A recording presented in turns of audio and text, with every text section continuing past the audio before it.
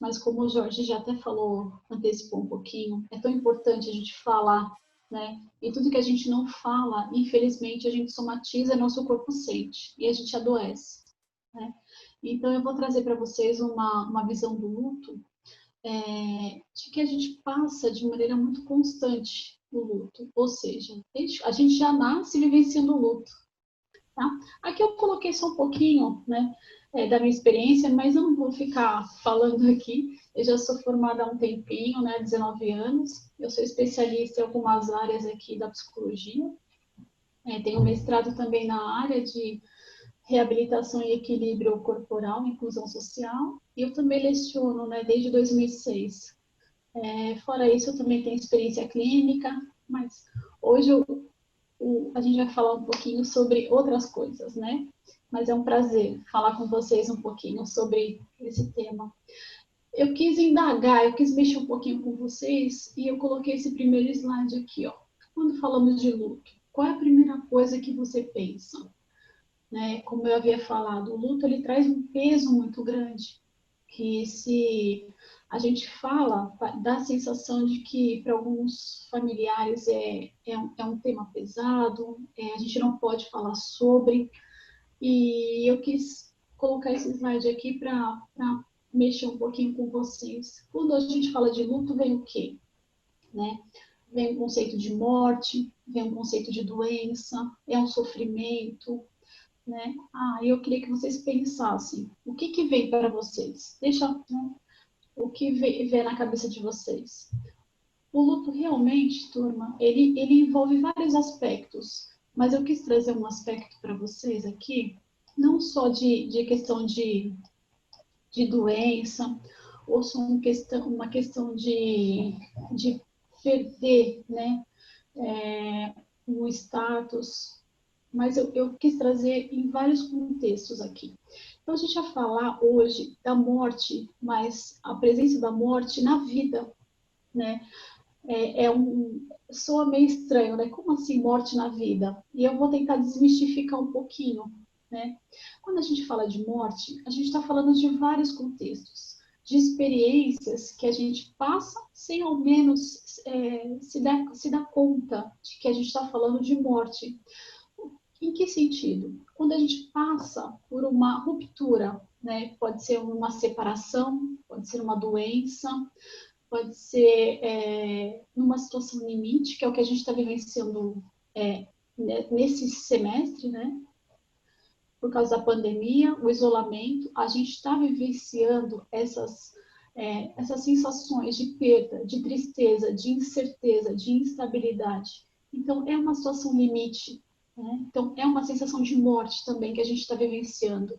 Então, dá para a gente falar que todos estamos vivenciando uma morte e estamos passando por luto? Sim, só que cada um tem um comportamento de acordo com a sua defesa, como se eu precisasse me preparar para eu conseguir tocar minha vida, né? E a questão do desemprego também, né? A questão do desemprego também a gente vivencia essa morte, essa ruptura e essa dor.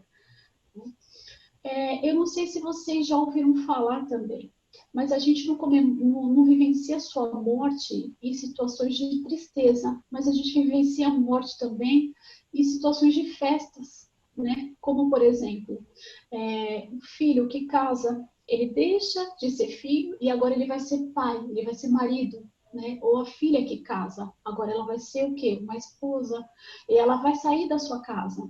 Então, a gente vivencia também a morte acompanhada de festas, de comemorações, de homenagens. O ingresso do filho, da filha para uma universidade, onde ele vai agora andar com as próprias pernas, vai vivenciar a sua experiência, a sua própria vida, e não vai solicitar tanto mais o auxílio dos pais.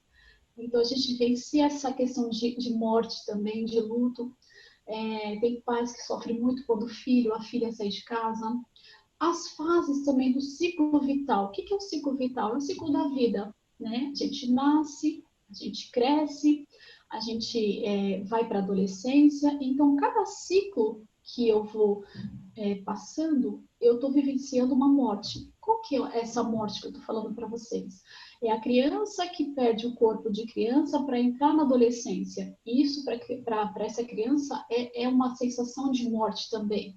Por mais que a família está vivenciando um crescimento para essa criança, né? Mas para ela é uma sensação de morte daquele corpo para encarar um corpo desconhecido. Então, é quando a gente fala também da morte, como se fosse um sentimento de perda, né? A gente fala que a morte é um espectro. Por que um espectro? É um leque de várias opções que a gente vivencia essa morte. Não é só a perda de um ente querido, mas por isso que eu falei para vocês, a gente já nasce vivenciando a morte em vários aspectos. E que a gente não se dá conta que a morte simboliza eu perder para conquistar alguma coisa, tá? Eu quis trazer também para vocês a questão da morte como se fosse um jogo constante. A vida e a morte, ela permeia o tempo todo, né, o nosso desenvolvimento, a nossa maturidade. E eu quis fazer uma distinção aqui entre pulsão de vida e pulsão de morte. A pulsão de vida, ela está ligada ao quê? Ao crescimento. Quando a gente sai de um trabalho, de um serviço, para enfrentar um outro serviço. Né?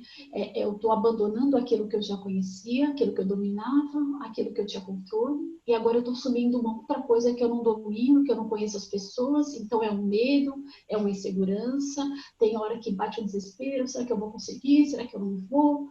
Então a gente permeia, né, essa pulsão de vida que me faz querer enfrentar algo que eu não conheço, mas eu tenho aquela ânsia, aquela vontade de querer conhecer. Né? É a integração, é a reprodução.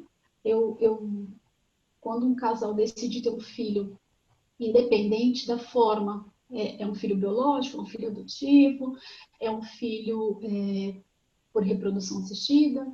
Então, o que a gente faz? A gente perde aquele corpo, né, de mulher que não teve um filho, o pai, ele perde aquela identidade de filho para se tornar um pai, por isso que a gente fala da reprodução também, que é a manutenção da nossa vida, né? E a gente também permeia essa pulsão de morte. O que é essa pulsão de morte? É o sofrimento físico. Esse sofrimento pode ser por vários motivos, como eu havia falado. Pode ser quando um filho sai de casa, quando a gente perde um ente querido, a gente perde uma instabilidade profissional. Então, a gente tem esse sofrimento físico, que ele é contemplado também com o nosso sofrimento mental. Né? A nossa mente, o nosso corpo é uma ligação só. Tudo que a gente sente, o nosso corpo sente. Por isso que é importante, conforme a gente está sentindo, a gente está vivenciando esse sofrimento, eu preciso falar. Quando a gente fala, fica mais leve, o nosso corpo fica mais leve. Né? E social também. Por que social? Porque quem convive com a gente também sofre junto com a gente. Então, é um sofrimento coletivo. E às vezes também o indivíduo que está sofrendo muito, ele tem uma tendência a se afastar. Né? E esse afastamento, a gente fala que é uma morte social. A pessoa se isola para tentar se recuperar, mas ela acaba sofrendo de maneira mais acentuada. Né? Então, a gente fala que é uma tendência, né, à mortificação da vida. É como se aquela pessoa ela tivesse vida, mas ela não tem vontade de viver. Tá? Esses sentimentos que eu estou falando aqui, a gente sente. A gente sente. É importante sentir? Sim. É importante vivenciar? Sim. Só que o que eu não posso fazer é ficar vivenciando isso o tempo todo, porque aí sim eu vou adoecer, tá? Eu tentei separar para vocês alguns exemplos aqui de morte entre vivos, né? Quais são as sensações de morte e luto que a gente vivencia na nossa vida? Não só o luto relacionado a perder um ente querido, tá? Mas eu coloquei aqui separação, a doença, o desemprego e o ciclo vital. Tá? A gente vai falar desses aspectos aqui enquanto morte entre vivos. Quando a gente fala entre morte entre vivos, o que a gente está falando? De situações que a gente está vivenciando, mas que não está atrelado a perder um ente querido. né? Então, são situações que a gente passa na nossa vida, que a gente não se dá conta que aquilo é morte, que aquilo é luto, e às vezes também o próprio indivíduo, para não demonstrar para as pessoas o quanto que está sofrendo, ou até mesmo por vergonha, por medo de ser julgado, acaba não falando, não se expressando. E é como eu falei para vocês no comecinho, tudo aquilo que a gente não fala, a gente guarda. E quando a gente guarda, o nosso corpo sente. E a gente começa a adoecer, né? A gente pode desenvolver outras doenças também, que é o luto patológico. O luto patológico, ele está associado a várias doenças psicossomáticas. Quais são essas doenças? Uma delas, gastrite, pressão arterial alta, a gente pode ter algum tipo de doença cardíaca, né? Sofrer um infarto, um AVC, até mesmo fobias. Ah, eu não consigo mais sair de casa, eu começo a desenvolver fobias e eu fico em casa, pânicos, crises de ansiedade. Por quê? Porque eu não consegui falar e o meu corpo está encontrando estratégias para eu poder sair daquele sofrimento. Tá? Então, quando a gente fala sobre a morte, um dos, né, aspectos que eu quero trazer para vocês aqui é a separação, né, o divórcio. Quando a gente fala de separação, quando a gente fala de divórcio, não teve aquela morte concreta de uma pessoa, né? Aquela pessoa, pelo contrário, ela está presente, ela está ali, só que não tem mais relacionamento. E o problema é que nessa separação há uma semelhança muito grande com o processo de luto. A gente vivencia esse luto. Por que vivencia esse luto? Porque a gente não vai mais conviver com aquela pessoa como a gente convivia antes, né? Então a gente fala assim, que a separação, o divórcio, pode ser de uma relação, ela é muito, muito dolorida, né? Para as pessoas envolvidas. Então a gente fala que essa morte na separação, ela é vista de maneira muito acentuada, né? Como que a gente trabalha essa separação, né? A gente precisa elaborar esse divórcio de maneira emocional. Então, quando a gente fala de separação de relacionamentos, até mesmo quando a gente perde o cônjuge de maneira para a morte mesmo, né? Só que a gente ainda tem vínculo com essa pessoa, tem amor, tem afeto. Então, por que é tão difícil as pessoas vivenciarem a morte, né? Tanto de uma pessoa que você conviveu e você já não está convivendo mais? Por que é tão difícil? Porque a gente tem uma série de sentimentos que a gente chama de ambivalência. Você ama e ao mesmo tempo você odeia aquela pessoa, ao mesmo tempo que você tem uma atração, você quer aquela pessoa do seu lado, você tem uma repulsa. Você não quer mais ela do seu lado. Então são sentimentos contraditórios que você, né, vivencia de maneira muito intensa. E para essa pessoa que está sentindo essas sensações, é muito dolorida, porque como que eu vou falar de um sentimento que se eu não tenho nem ideia do que está acontecendo comigo? Por isso que quando a gente fala da separação, né, a gente está falando de vários sentimentos envolvidos que a gente está vivenciando em termos de morte.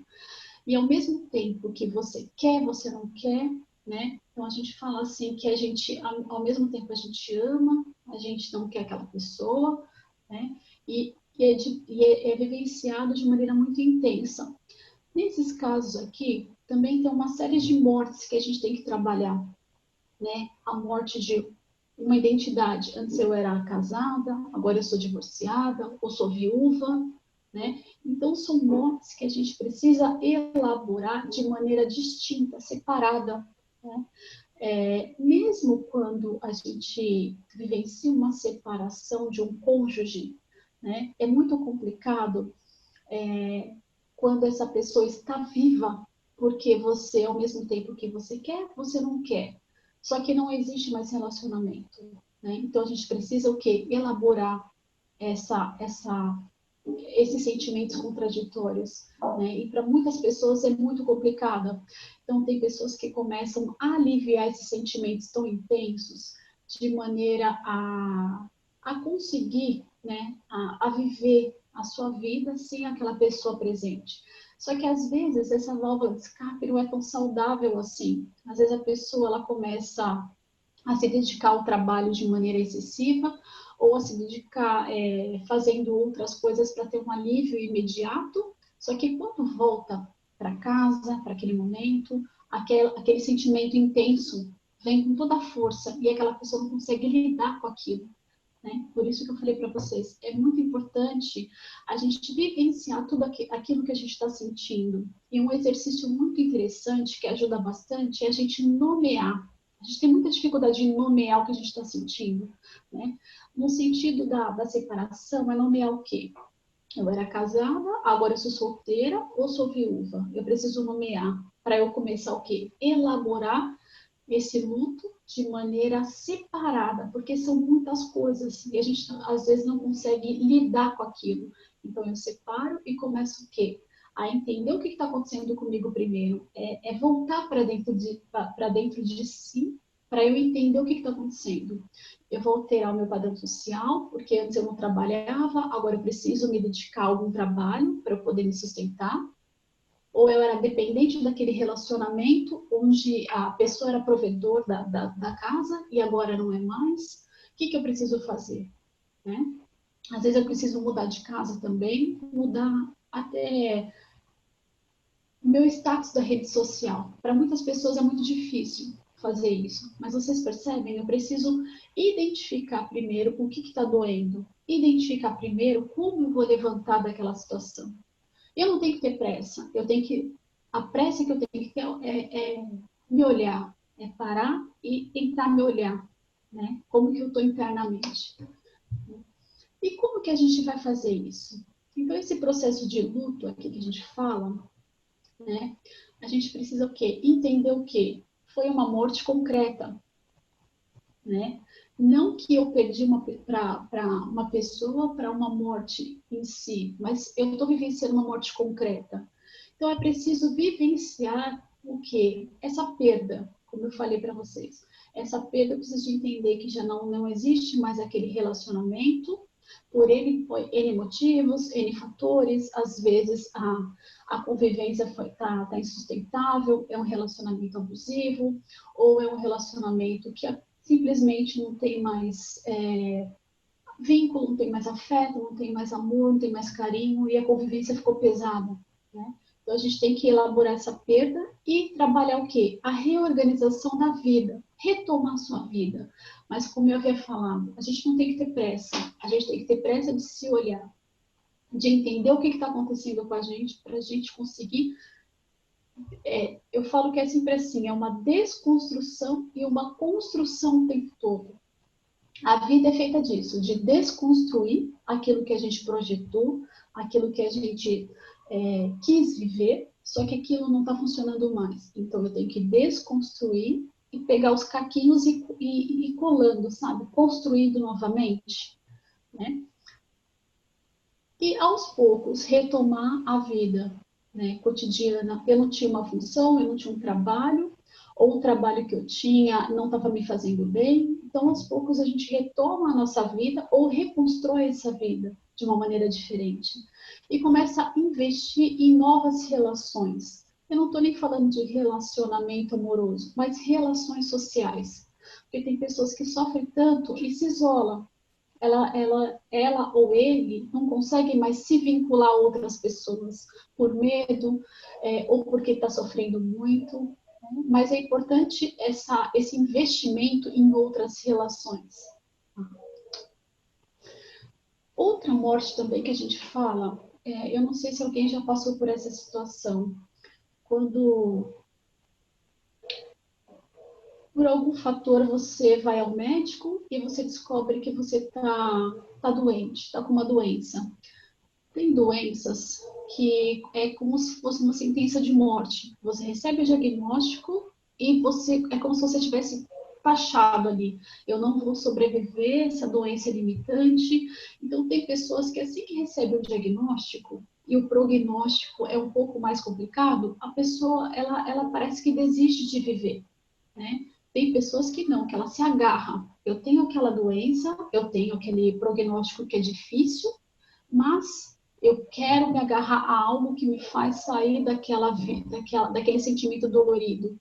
Mas também a gente está falando de uma morte, né? Porque é como tem doenças que é como se a pessoa tivesse sentenciado a morrer. E aquela pessoa ela vivencia aquela morte, aquele luto, principalmente se ela tiver que passar por uma cirurgia de amputação, né? Então ela vai ter que o quê? Aquele corpo que ela tinha não é mais aquele corpo que ela vai ter. Por isso que eu falei, ela está vivenciando uma morte, ela vai vivenciar o luto, e é importante que ela fale o que ela está sentindo. Tá? Então, a doença em si também a gente fala que é uma vivência de morte. Só que cada pessoa vivencia de uma maneira diferente. Cada pessoa tem um recurso interno diferente. O que é importante a gente entender é que recurso que essa pessoa está usando para poder sair daquele sentimento pesado. Tá? A hospitalização também, ela está ligado à questão da morte, porque você perde a sua autonomia, principalmente da questão da pandemia que a gente está vendo agora, as pessoas que estão acometidas por qualquer outra doença, elas estão isoladas, elas não têm visita, elas não têm contato com o familiar, e às vezes o contato até com a equipe, né, médica, de enfermagem, é restrito. Então essa pessoa, ela sente exatamente a questão da morte, está muito próxima.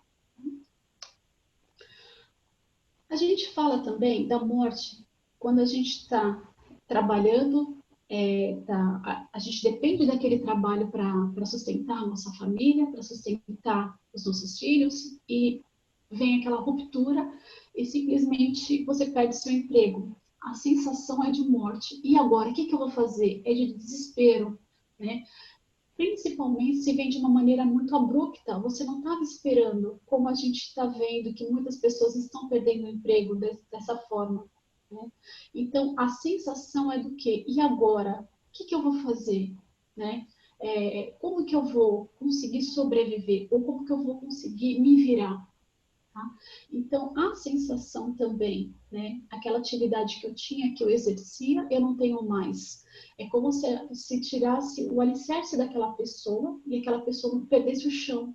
A sensação é uma sensação desoladora, né? Ou às vezes, para algumas pessoas, desesperadora, principalmente se vai chegando vai passando o tempo e nada vai surgindo, nenhuma possibilidade, tem pessoas que vivenciam esse luto e não conseguem sair desse luto.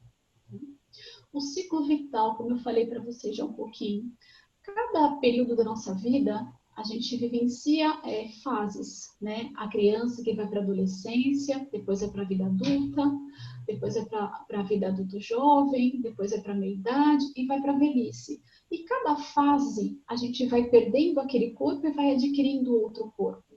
E tem pessoas que passam, né, por fases de maneira mais fácil, mais leve, e tem pessoas que não, porque o envelhecer para algumas pessoas significa o quê? Eu vivi uma vida, será que eu tenho tempo daqui para frente? Aqui eu quis deixar uma frase para vocês pensarem um pouquinho o quanto que a gente vivencia e a gente passa pela morte em vários sentidos, né? A grande questão do desenvolvimento enquanto processo de evolução, evolutivo, a gente tem que pensar o quê? O que deve ser sacrificado, o que deve morrer, para que a gente consiga o desenvolvimento. O que significa isso? Quantas coisas que a gente não consegue deixar para passar, ou a gente fica remoendo, a gente fica sofrendo, e a gente não se desenvolve, a gente não evolui. É isso que eu quis deixar para vocês pensarem, né? Às vezes é importante a gente deixar aquilo passar, aquilo morrer, a gente vivenciar um luto daquela fase, daquele relacionamento, daquele trabalho, daquela doença, daquele filho que está indo embora. Né? A gente precisa deixar para a gente conseguir se desenvolver, para a gente conseguir evoluir. Né? Por que a gente vivencia a morte com muita dor? Com muita dor? Porque o luto, ele só existe quando a gente tem um vínculo. O que é um vínculo? A gente deposita amor, afeto, energia no outro. E quando aquele outro já não está mais ali, aquela energia que você depositou no outro, ela é muito dolorida porque ela não é retribuída. A gente só vivencia o luto se tiver vínculo. E esse vínculo aqui, ó, quando ele é rompido, ele é muito dolorido. Por isso que tem muitas pessoas que não conseguem sair desse luto. É como se eu deixasse aquilo ir embora, eu não tivesse mais onde me agarrar.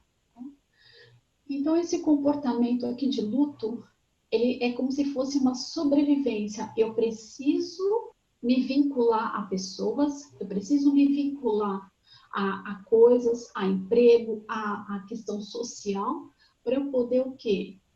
Estar vivo, né? Ninguém vive, ninguém sobrevive sozinho. A gente depende do outro, a gente depende de coisas, a gente depende de status social. Quando eu falo de status, eu estou falando de vínculo, de amigos, de trabalho, de uma vida social.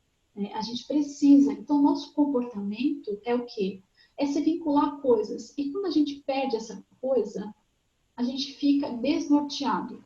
Mas o vínculo é importante para a nossa sobrevivência. Né? E o luto, ele está voltado ao quê? A separação desse vínculo, onde eu depositei amor, afeto, energia, né? E quando a gente perde a separação, ela dói muito. Aí vem esse sofrimento.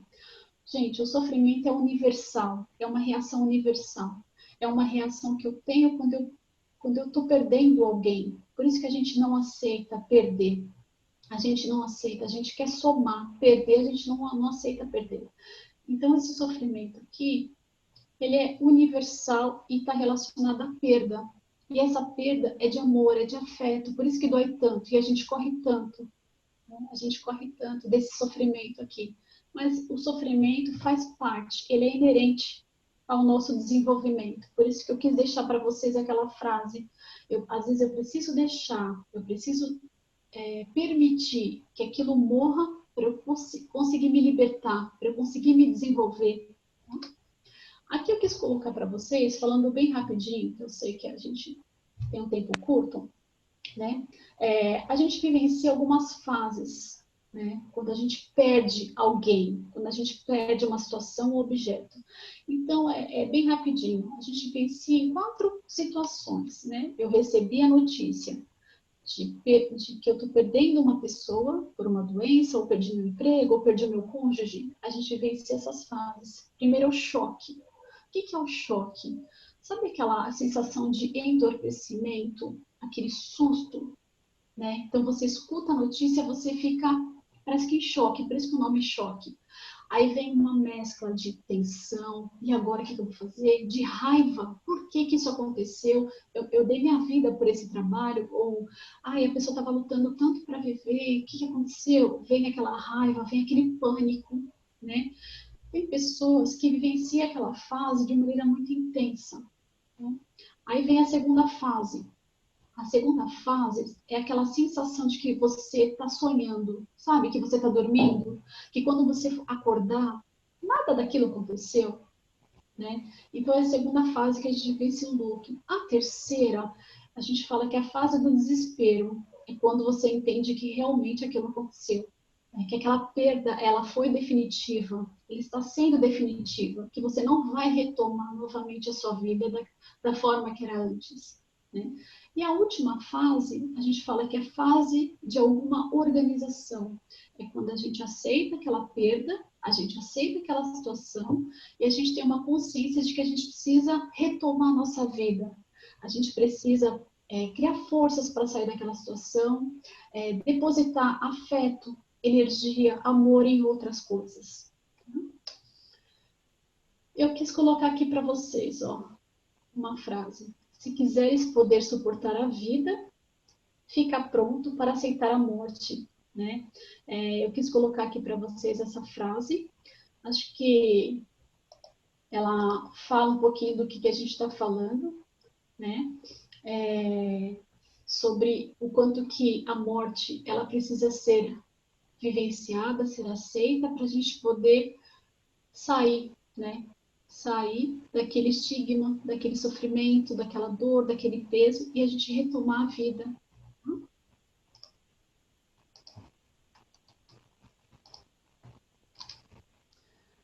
Turma, eu sei que tem bastante coisa, por mim eu ficaria a noite inteira aqui falando com vocês. Eu tentei ser muito breve, né? Até mesmo porque tinha um tempo reduzido. Vocês querem fazer alguma pergunta, alguma dúvida? A Priscila fez uma pergunta aqui no chat. Como é possível ajudar uma pessoa próxima atravessando um período de luto? Essa pergunta, acho que é uma pergunta que a gente fica sempre assim, né? E agora, o que que eu falo? O que que eu faço? Como que eu vou ajudar uma pessoa que está sofrendo? A gente chama o enlutado, né? Uma pessoa que perde alguém ou perde uma situação e está sofrendo. A gente precisa dar abertura para essa pessoa falar o que ela está sentindo. A gente não tem que ficar preocupado assim, o que que eu vou falar? Mas sim, a gente tem que se preocupar o quê? A pessoa ela tem que ter abertura para ela poder falar, se expressar, né? É tão importante, tem pessoas que não conseguem falar o que está sentindo e tem algum contexto também familiar que não permite. Parece que se falar as pessoas vão sofrer mais e é pelo contrário, né? A gente precisa falar, né? Não é porque a pessoa não está mais ali presente que a gente não vai falar sobre a pessoa, pelo contrário, a gente tem que dar abertura para a gente falar, né? De que maneira que a gente fala? De que maneira que a gente vai puxar esse assunto? Começa a falar assim, respondendo a sua pergunta de maneira mais direta, tá? Primeiro pergunta para essa pessoa o que que ela está sentindo, né? O que que ela está sentindo? Se ela não conseguir falar, tenta dar abertura para ela conseguir se expressar. Como eu falei, quando a gente não fala, a gente não sai do luto. A gente precisa falar, né? E tem muitas pessoas que falam assim, Tati, mas chorar é bom. Como o Jorge falou também no comecinho, é extremamente saudável. A gente precisa sim chorar, a gente precisa falar o que a gente está sentindo, a gente precisa ficar mal. Sabe aquele dia que você não quer sair da cama, que você não está legal? Né? Um exercício que eu indico a vocês fazerem, né? Pegar um papel, a gente não tem mais o hábito de escrever, né? Pode ser no notebook, no celular, mas escreve o que você está sentindo. Coloca no papel. Porque tem pessoas que não conseguem falar, mas escreve. Escreve. Quando a gente escreve, é como se aquilo tivesse. Palpável, eu consigo pegar, né? Eu consigo pegar. Ou se você não quer escrever, vai para um lugar sozinho e tenta fazer como se fosse um checklist do que você está sentindo. Ou, né, ajudar essa pessoa a falar o que ela está sentindo, mas de maneira concreta, vivenciar mesmo. A fase 4 é mais difícil, mesmo sabendo. É a mais difícil, exatamente. A última fase, tem pessoas que vivem, que ficam anos, não existe tempo assim, ó, aí um mês, 2 meses, um ano, não. Tem pessoas que não conseguem retomar a sua vida, por isso que a 4 é mais difícil. Quando você entende que aquela pessoa foi, que aquela situação se foi e você não tem mais como voltar atrás. Tem pessoas que mantêm a casa intacta, o quarto intacto, até o prato a pessoa coloca na mesa, ou né, fica esperando. Né? Ela não sai daquela fase, é como se a pessoa, a qualquer momento, a sensação de que ela vai bater na porta e vai entrar. Então, essa última fase realmente é mais complicada. É quando você entende que você precisa retomar a sua vida. E retomar como? Né? Sozinha a gente não dá conta mesmo. É bem difícil. Legal. Quando o luto se torna patológico. Como assim patológico? Quando a pessoa ela começa a desenvolver doenças psicossomáticas, né? A depressão, né? Não é que a depressão ela tá relacionada ao luto, mas sintomas depressivos. A pessoa, ela lembra quando eu falei da pulsão de morte? A pessoa ela não quer mais viver, porque a dor é tão grande. E tem pessoas que pensam assim: se eu for ter prazer, se eu for tocar minha vida, é como se eu estivesse traindo essa pessoa que morreu ainda. Então tem uma relação, é como se essa pessoa não pudesse mais ter prazer, porque ela está traindo aquela pessoa que foi embora, né? Então a gente tem que se preocupar quando essa pessoa ela para de viver, ela começa a não ter mais energia ter outras funções, ter outras atividades. Aí sim é prejudicial. Mas o tempo do luto é um tempo que é muito subjetivo, cada um vivencia o seu tempo. O que a gente tem que prestar atenção é o seguinte, tem pessoas que retomam a sua vida, mas ao mesmo tempo ela te fala assim, nossa, Tati, me dá a sensação de que aquela pessoa vai entrar ali, né? Mas essa pessoa tocou a vida, ela está conseguindo viver, percebe? Então é natural, é normal essa oscilação. É como se fosse um desejo. Eu quero muito que ela voltasse, mas ela não está sofrendo ela não está parada no luto. É uma sensação de nostalgia, de saudade, sabe? Eu quero tanto. Mas a pessoa está tocando a vida, aí é saudável. Agora, quando não é saudável, quando ela estaciona, ela só vivencia aquele luto e ela não tem forças para sair daquilo, aí sim é prejudicial. Tá? Como se preparar para um outro exemplo? Se você sabe que vai sofrer uma separação, um caso grave, o luto ser normal, precisa buscar ajuda profissional. Super interessante. Essa sua pergunta, Daniel, é tão importante. Quando a gente sabe, por exemplo, a pessoa tem uma doença e o prognóstico é fechado, o que significa isso? Não tem cura, não tem mais o que fazer, né? A própria equipe hospitalar, ela já encaminha a família para fazer essa transição, né? É como se fosse uma despedida. Seria muito importante se todo estabelecimento tivesse isso, né?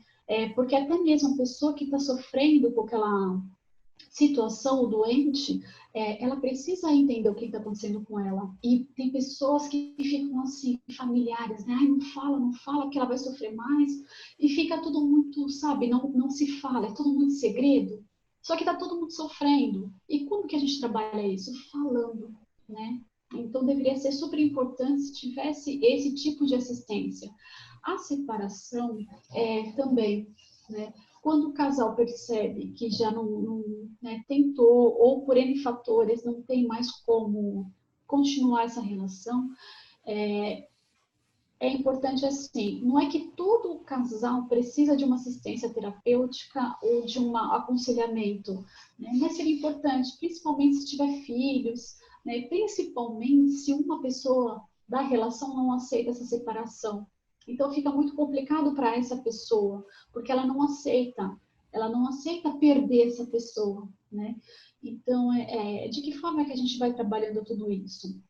Qual que é a cisão, né? A gente fala muito assim, a vida é uma linha muito tênue entre a saúde e a doença mental. Como que eu sei que eu não estou bem?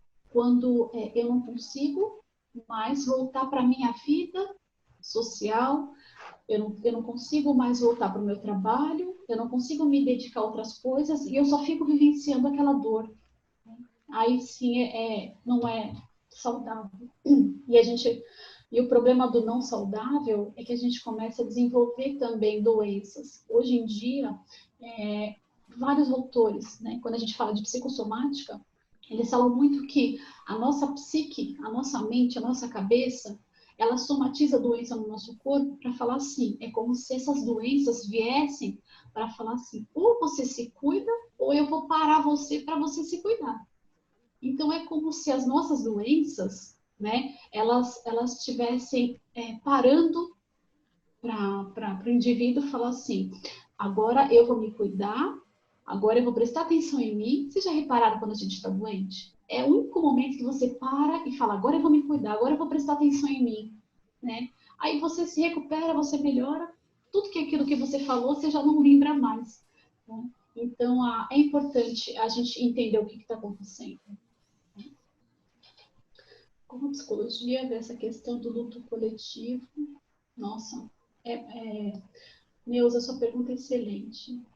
O problema, o que a gente está vivenciando, infelizmente, né, dessa questão atípica dessa doença, o luto, né, as pessoas não tá se despedindo do seu ente querido, né? A pessoa entra no hospital e por essa doença, ela fica alguns dias, semanas, ou até mês, e ela infelizmente não vence essa doença e ela é enterrada e não tem não tem o ritual, né? O velório, a despedida, ela é como se fosse um ritual para a gente vivenciar o luto. E não está acontecendo isso. Infelizmente, tudo isso que a gente está vendo, daqui a algum tempo, aí sim vai vir outras doenças psicossomáticas voltadas ao luto, porque as pessoas não estão trabalhando o luto. Hoje mesmo eu vi um caso de um filho, ele falou assim, enterrar meu pai vala coletiva, não tem o nome dele, eu não sei onde ele está, como que eu vou vir me despedir do meu pai? Né? Porque não tem como. Então, esse luto infelizmente, vai ser mais difícil de se vivenciar, porque a gente precisa se despedir. Exatamente. Essa questão né, de despedir e tal, esse ritual, ele é importante para a gente entender o luto. E quando não tem, fica aquela incógnita, fica aquele, sabe, e agora? O que eu faço? Eu não me despedi, eu não vi ali. Para mim, a pessoa não morreu. Então, isso é mais difícil ainda de vivenciar. Você acha que as crianças estão passando por esse processo de luto? Sim, sim. Perfeito, Patrícia. Tá. Para as crianças, tudo que elas tinham foi tirado. E a criança, ela não tem o entendimento que um adulto tem. Para nós já é difícil, porque a gente, da noite para o dia, a gente perdeu tudo. A gente perdeu tudo. A gente perdeu a nossa liberdade, a gente perdeu a nossa autonomia, a gente perdeu aquilo que a gente fazia, que dava prazer. Tudo foi muito tirado da gente de maneira muito abrupta, né? E para as crianças é pior ainda, porque elas não têm um entendimento. O que é essa doença? Por que as pessoas estão usando máscara? Por que eu não posso ir para a escola? Por que eu não posso descer para brincar? Ou por que eu não posso brincar com as crianças? Tem que ficar dentro de casa? Né? Então, para as crianças também é uma questão de morte, é uma questão de luto. Por isso que a gente tem que sentar, tentar explicar para as crianças, falar a linguagem que a criança entende, porque os mesmos, as fases, aquelas fases de luto que a gente conversou, a criança passa igualzinho, igualzinho. Né? Então é importante o quê? A gente falar, explicar para a criança e escutar o que ela está sentindo. E escutar e tentar resgatar um pouquinho do que a criança tinha antes. A criança não falava com os amiguinhos, então vamos tentar, de algum jeito, uma interação com os amigos. E se for para fazer uma reunião assim, via Zoom, uma brincadeira via Zoom, né? Mas é importante resgatar o ciclo que ela tinha antes. Não vai ser igual? Não, mas é importante a gente explicar o porquê. A criança ela precisa escutar a verdade, e nunca a omissão. Eu entendo que tem pais que falam assim, Tati, mas se eu falar, meu filho não vai sofrer? Ele vai sofrer por falta de informação. Né? Isso faz a criança sofrer, não só a criança, mas o adulto. E é importante escutar a criança, é bem importante. Né? O que eu falo, o que a gente precisa é aprender a falar o que a gente está sentindo. Né? Quando a gente fala o que a gente está sentindo, fica mais leve. Né? E a criança precisa falar. Tudo bem? Alguém fez alguma pergunta que eu não respondi? O peso ou a dor do luto diminui conforme como você disse, isso. O luto, ele é muito dolorido porque a gente investe todo o nosso amor, toda a nossa expectativa naquela pessoa, naquela situação. E a gente não tem mais aquilo, e o nosso amor ainda está investido naquela pessoa. É como se, o que eu faço agora com esse amor que eu depositei naquela pessoa, né? Por isso que é importante, aquelas fases que eu falei para vocês, é importante a gente entender o que aconteceu com aquela pessoa, o porquê que ela não está mais ali, o porquê que aquela situação já não está mais ali, para a gente poder entender que a gente perdeu. E aquele amor que a gente depositou, que a gente investiu naquela pessoa ou naquele objeto, a gente precisa retomar esse amor e investir em outras coisas. Não é que a gente vai esquecer aquela pessoa, aquela função, aquela situação, mas a gente vai lembrar aquilo que a gente vivenciou e foi bom, foi gostoso. Né? O luto ele se torna saudável quando eu lembro daquela situação de maneira nostálgica, com saudade, né? E não com sofrimento, com dor, com peso. Né? Por isso que é importante a gente ter tempo. Por isso que a psicologia a gente nunca dá tempo. Não é um prazo, né? Não é um prazo determinado. Não, cada ser humano, cada indivíduo tem o seu tempo. E isso que a gente respeita, né? O seu tempo. Tá, legal. Quando a gente está vivenciando assim, mesmo quando você não perdeu ninguém por essa pandemia, voltando à sua pergunta, tá, Nilza? A gente não, né, não perdeu ninguém. Só que você vê um colega ou você vê uma reportagem das pessoas que estão sofrendo por perderem, né, parentes, amigos. Então você se coloca no lugar daquela pessoa. Você se coloca. Esse exercício que a gente faz chamado empatia, né, é extremamente saudável. Então a gente fala assim, meu Deus, né? Essa pessoa está sofrendo tanto, e você sente aquela dor, né? A empatia é o que faz a gente que faz a gente se relacionar. Se eu não tenho empatia, se eu não me coloco no lugar do outro, eu vou viver de maneira muito fria, muito rasa. Né? Então a empatia é extremamente importante. Eu me colocar no lugar do outro, eu tentar sentir a dor do outro para eu poder falar a mesma linguagem que o outro tá falando, está sentindo, e eu conseguir ajudá-lo. A gente não consegue ajudar uma pessoa sem se colocar no lugar do outro. É impossível. Né? Então, a empatia, ela vem no sentido do que eu só consigo me relacionar com as pessoas quando eu me coloco no lugar dela, eu sinto o que ela está sentindo, eu tomo as dores dela, e aí sim eu consigo entender e ajudá-la. Né? A gente não consegue ajudar uma pessoa se a gente não se colocar no lugar dela. Só que tem pessoas que não conseguem fazer esse exercício, né? De empatia, de se colocar no lugar do outro. Por quê? Pode ser que ela acione um mecanismo de defesa dela. Então, a minha defesa é o quê? Fingir que aquilo não está existindo, é o que a gente está vendo as pessoas fazerem. Né? É como se aquilo não fosse tão perigoso assim. Se eu saísse na rua, se eu tivesse retomasse a minha vida como eu tinha antes, então eu finjo que nada tá acontecendo. Né? É como se eu estivesse negando a minha realidade. E quando eu nego aquela realidade, para mim é mais fácil. É como se eu tivesse anestesiada. Então, eu não consigo me colocar no lugar do outro, porque se eu me colocar, eu não consigo sobreviver. Eu não consigo sair daquela situação. Né? Mas, infelizmente, cada indivíduo tem uma reação.